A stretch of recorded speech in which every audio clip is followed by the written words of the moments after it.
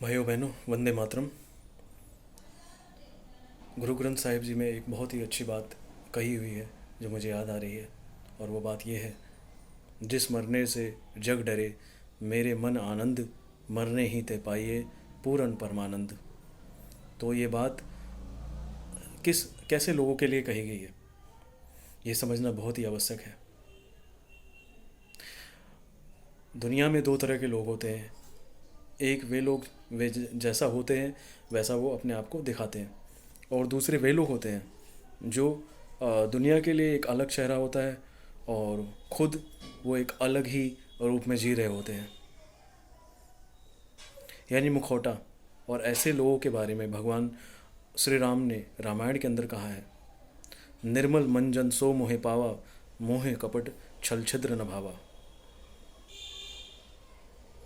तो परम पूज्य भाई श्री मनदीप नागपाल जी ऐसी शख्सियत थे, और जो वो अंदर थे ऐसे वे बाहर थे, जैसे वे बाहर थे ऐसे वे अंदर थे।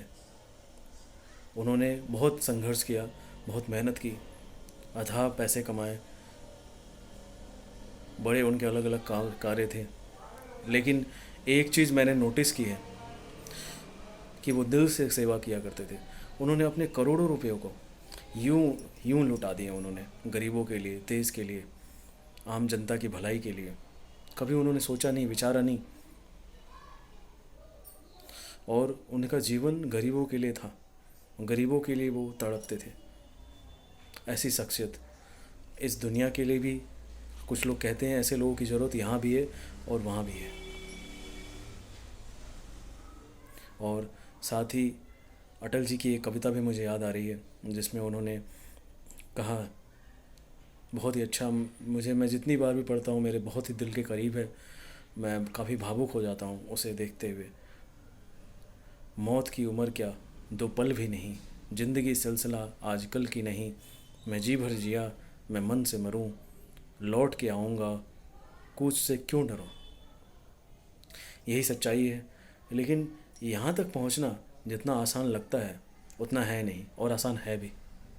आसान उनके लिए है जो जैसी ज़िंदगी वो अंदर से होते हैं वैसे वो बाहर ही जीते हैं।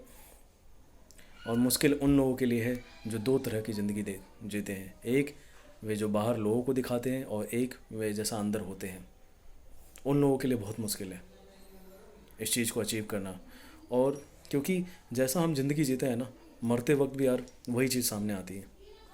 आपने किसी को चीट किया है, किसी को धोखा दिया है, किसी का दिल तोड़ा है, या आपकी वजह से काफ़ी सारे लोग परेशान हुए हैं, तो आपको लास्ट टाइम वो ज़रूर याद आएगा, आपको ज़रूर पछतावा होगा अपने कृत्य के ऊपर।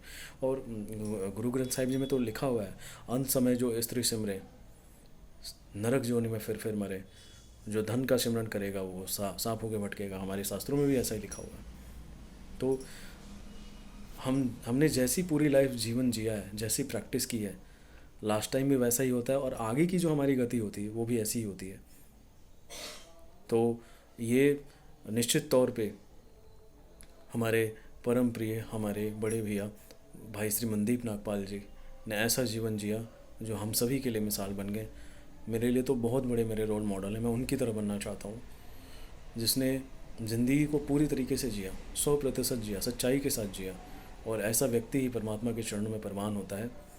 अंत में मैं दोबारा भाई श्री मनदीप नागपाल जी के श्री चरणों में प्रणाम करता हुआ अपनी बात को पूरी कर रहा हूँ।